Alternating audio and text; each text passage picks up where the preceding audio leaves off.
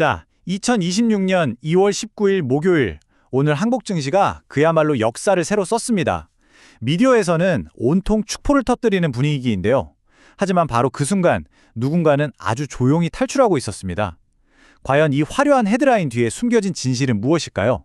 지금부터 그 이면을 깊숙이 파헤쳐 보겠습니다.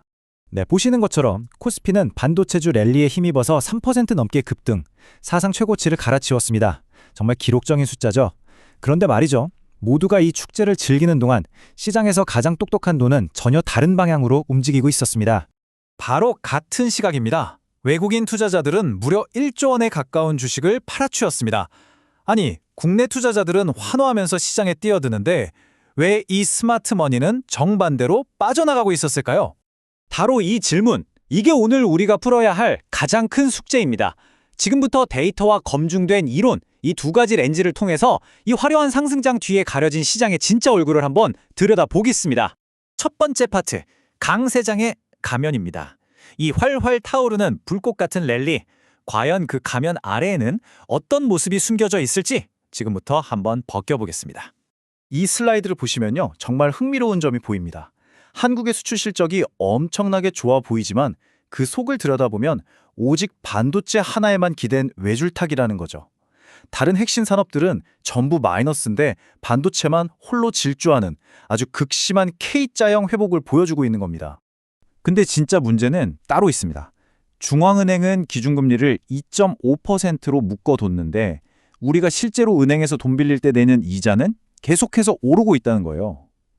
이건 빚내서 투자한 분들한테는 시한폭탄 초침 소리가 점점 더 크게 들리는 거나 마찬가지입니다. 자, 그럼 이제부터 세계적인 전문가들의 렌즈, 그러니까 6개의 다른 안경을 쓰고 지금 시장을 한번 들여다보겠습니다. 각기 다른 각도에서 보면 또 다른 게 보이거든요. 독일의 사상가 군터 디크의 렌즈로 보면 지금 시장은 거의 이성이 마비된 상태나 다름없습니다. 투자자들이 AI 반도체라는 이 단 하나의 이야기에만 꽂혀서 마치 최면에 걸린 듯한 군중행동을 보이고 있다는 분석이죠. 경제학자 사이페디 나모스는 딱 잘라 경고합니다.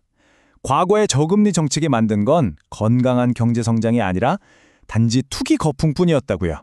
그렇다면 지금 우리가 보는 이 화려한 지수, 이게 사실은 가짜 호황의 마지막 불꽃놀이일 수 있다는 겁니다. 그리고 여기 어쩌면 가장 결정적인 증거일 수도 있겠네요. 켄 피셔의 평균 회귀 이론인데요. 현재 코스피의 이 수직 상승 패턴이 소름 돋게도 1929년 대공황 그리고 닷컴 버블 붕괴 직전의 차트와 완전히 판박이라는 겁니다. 이건 역사가 보내는 가장 강력한 경고등이라고 봐야죠. 연일 쏟아지는 장밋빛 뉴스 헤드라인, 주식시장으로 몰려드는 사람들. 존 캐스티의 이론에 따르면 이게 바로 긍정적인 사회 분위기가 최고조에 달했다는 신호, 즉 꼭지라는 겁니다. 왜냐고요? 이제 더 살 사람이 남아있지 않다는 뜻이니까요. 시장이 마치 계절처럼 예측 가능한 리듬을 따른다고 주장한 에드워드 듀이의 이론을 한번 보시죠. 정말 놀라운 건요, 그가 발견한 핵심 주기인 40.68개월 사이클의 정점이 바로 오늘이라는 겁니다. 통계적으로 상승 에너지는 다 쓰고 이제 하락으로 돌아설 확률이 가장 높은 시점이라는 거죠. 아니, 정부에서 기업 밸류업 프로그램 한다고 그렇게 얘기하는데 외국인들은 왜 팔까요? 노벨상 수상자인 사이먼 존슨 같은 전문가는 이렇게 봅니다. 그 사람들은 한국 시장의 근본적인 룰, 즉 제도 자체를 신뢰하지 못하는 거다. 이게 장기적으로는 가장 무서운 약점입니다. 자, 그렇다면 이 모든 이론들이 가리키는 필연적인 결과는 뭘까요?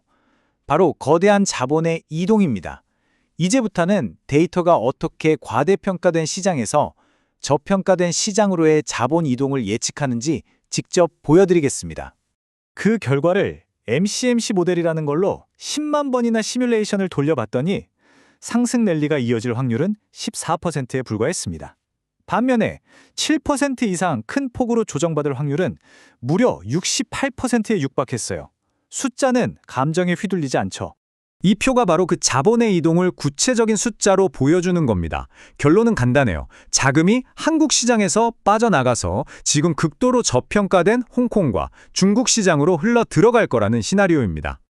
그렇다면 이렇게 복잡한 상황 속에서 우리는 어떻게 대응해야 할까요? 마지막으로 이 데이터를 기반으로 한 구체적인 플레이북을 한번 열어보겠습니다.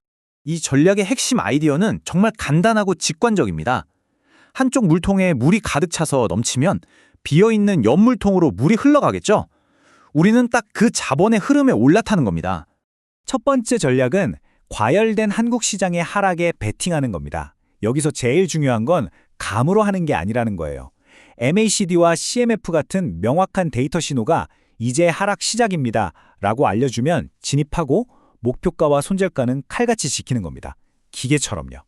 그리고 동시에 저평가된 홍콩 기술주 시장의 상승에 투자하는 두 번째 전략을 실행하는 거죠.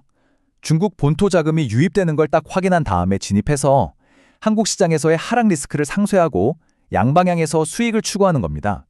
이 모든 분석을 딱 한 문장으로 요약하면 이렇습니다.